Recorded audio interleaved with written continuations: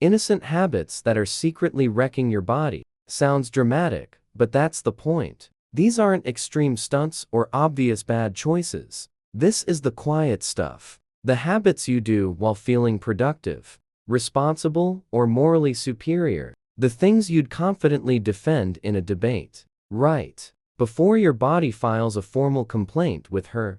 Let's get right into it. Number 10. Sitting like a shrimp. You're not lazy. You're just folded like a human croissant. Spine curved, shoulders hunched, neck craned forward, as if your laptop is about to run away from you. Here's the problem. Your body did not evolve to sit for 8 hours. Like a decorative question mark. When you slump, your muscles don't relax. They panic. Your core shuts down. Like an intern who realized they're unpaid. Your glutes go on vacation, and your neck muscles take on a second full-time job, holding up your bowling ball head over time. This turns into chronic neck pain, lower back issues, and that mysterious tightness that makes you groan when you stand up, even though you're only 27. Internally sitting compressed also messes with blood flow and digestion. Your organs are basically squished, like groceries in an overstuffed backpack. And the worst part, sitting feels harmless. You're not sweating. You're not lifting anything heavy. You're just existing quietly, menacingly. Basically, your posture is gaslighting your skeleton into thinking gravity is optional, and your body is keeping score. Number 9. Ignoring thirst like a hero. You wake up.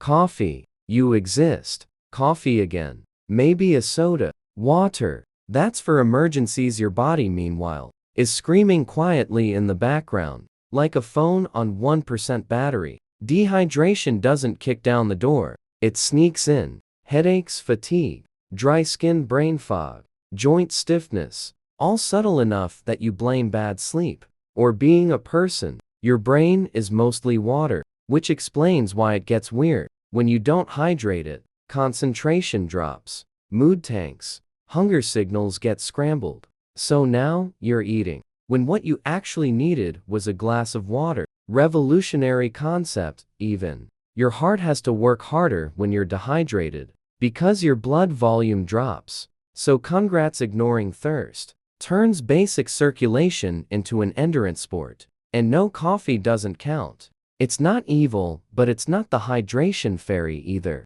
It's more like borrowing energy with interest. In short, you're not low energy. You're just underwatered, like a neglected houseplant with opinions. Number 8. Do you scrolling before bed? You lie down fully intending to sleep. Then you open your phone for 5 minutes. 30 minutes later, you're emotionally invested in a stranger's divorce, and your brain thinks it's noon. Screens blast your eyes with blue light, which tells your brain, hey bestie, it's daytime, let's cancel melatonin. Melatonin is the hormone that helps you sleep. So without it, your body just kind of waits. Confused, alert, slightly offended, but it's not just the light, it's the content. Doom scrolling activates stress responses. Your nervous system doesn't know the difference between news headline and immediate danger. So now, your heart rate is up, and your brain is alert like a meerkat on espresso. Overtime. Bad sleep wrecks everything: memory, immune function, metabolism, mood. One habit quietly sabotaged your entire next day before it even starts. So yeah, that relaxing scroll is basically a bedtime story written by anxiety. Number 7. Skipping warm-ups like a rebellious, not an athlete. You're just grabbing something heavy and trusting vibes. Warm-ups feel optional because nothing hurts, yet muscles are cold stiff and about as elastic as a frozen rubber band. Then you ask them to suddenly perform, and they comply aggressively until they don't. When you skip warming up, your joints take more stress, your muscles tear more easily, and your range of motion shrinks. Even small daily stuff, carrying groceries, running upstairs, rearranging furniture at 11 p.m., becomes a micro-injury factory. Your nervous system also hates being surprised. A warm-up is basically a polite email to your body, saying, hey, we are about to do a thing. Without it, your muscles overreact, tighten up, and stay tense afterward like they're holding a grudge. That's why people randomly throw out their back, reaching for socks. It's not random, it's accumulated disrespect. In summary, skipping warm-ups is like flooring your car in winter without letting the engine wake up. Something's gonna complain loudly. Number 6. Eating too fast. Like a competitive sport, you inhale meals. Like someone's about to steal your plate. Your stomach actually talks to your brain, but it does so politely and slowly. It takes about 20 minutes for your brain to register fullness. When you eat too fast, you bulldoze right past that signal, and now you're uncomfortably full, wondering how this happened again. Fast eating messes with digestion, increases bloating, and makes overeating way easier. It also spikes blood sugar faster, which means energy crashes later that make you feel like lying on the floor dramatically. There's also chewing. Chewing isn't just aesthetic, it breaks food down, so your stomach doesn't have to panic later. When you skip that step, digestion becomes louder, slower, and more resentful. Your body wasn't built for speed runs. Meals are supposed to be boring, enough that your brain can catch up. Basically, slowing down isn't being mindful, it's preventing your digestive system from filing a noise complaint. Number 5. Breathing like you're always late. You ever notice you're holding your breath for no reason? Congratulations, you're stress breathing. Shallow chest breathing keeps your body in low-grade panic mode. It tells your nervous system we might need to run, even though you're just answering emails. Over time, this keeps cortisol elevated, muscles tight, and your brain on edge. Proper breathing, slow, deep diaphragmatic breathing, flips the switch into parasympathetic mode. That's the we are safe unclench setting. But instead, many people breathe like they're permanently bracing for bad news. This affects digestion, sleep, focus, and even posture. Tight breathing tightens everything else. It's all connected, unfortunately. You're not bad at relaxing. You're just breathing like a suspense movie. Number 4. Living on low sleep. Just this once, you stay up late because revenge. Bedtime procrastination feels powerful. Then you wake up early because society insists. Missing sleep once isn't catastrophic. Doing it repeatedly turns your body into a glitchy, beta version of itself. Sleep is when your brain cleans house, flushing waste, consolidating memory, regulating hormones. Without it, everything runs a little wrong. Your hunger hormones get scrambled, so you're hungrier and less satisfied. Your immune system weakens, so you catch colds like Pokemon. Your reaction time drops, your mood tanks, and your stress tolerance shrinks to the size of a thimble. And the scary part, your brain adapts. Not in a good way, in a this is fine way. You feel functional, but you're actually operating with dull judgment and slower processing. It's like driving with foggy windows and insisting you can see perfectly. Sleep debt doesn't disappear, it accumulates quietly until your body collects.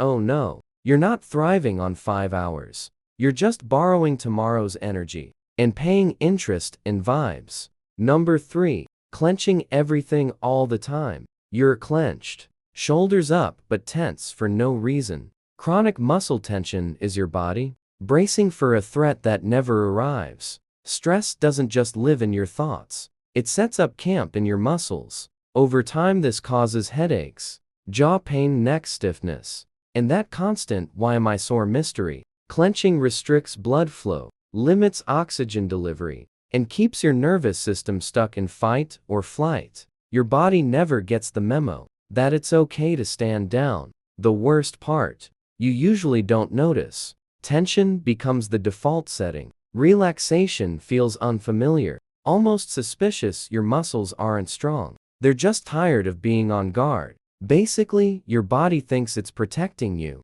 but it's actually just holding a stress pose indefinitely. Number 2. Multitasking like a champion. You're watching a video, answering messages, half working, half existing. Efficient, right? Your brain doesn't multitask.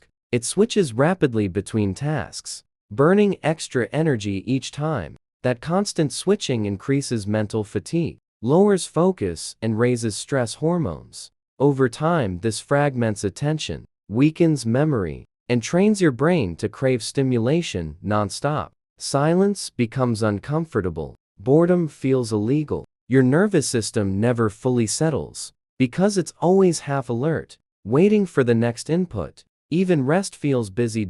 So yeah, you're doing more, but you're also draining fast. Multitasking isn't productivity, it's just your brain running 12 tabs and wondering why the fan is loud. Number 1. Treating stress like a personality trait. You're not stressed, you're just like this.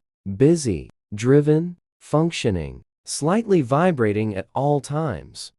Here's the issue. Your body does not understand chronic stress as a lifestyle choice. It understands it as an emergency that never ends. When stress sticks around, cortisol stays elevated, inflammation increases, digestion slows, sleep worsens, and your immune system quietly gives up hope. Long-term stress messes with your heart, your gut, your hormones, and your brain. Memory gets worse. Anxiety gets louder, even pain tolerance drops. Your body becomes more sensitive, while you're insisting you're handling it. And the most cursed part, you can get used to it. Stress becomes the background noise of your life. Calm feels wrong. Rest feels undeserved. Slowing down makes you itchy. But your nervous system wasn't built to sprint forever. It needs off-ramps. It needs boredom. It needs moments when nothing is required of you. Otherwise, stress doesn't break you dramatically. It erodes you quietly, like water wearing down stone. Basically, your body isn't impressed by how much you're pushing through. It would prefer a nap and a lower email volume. That's all for today. I'll be making similar videos in the future. Subscribe to see the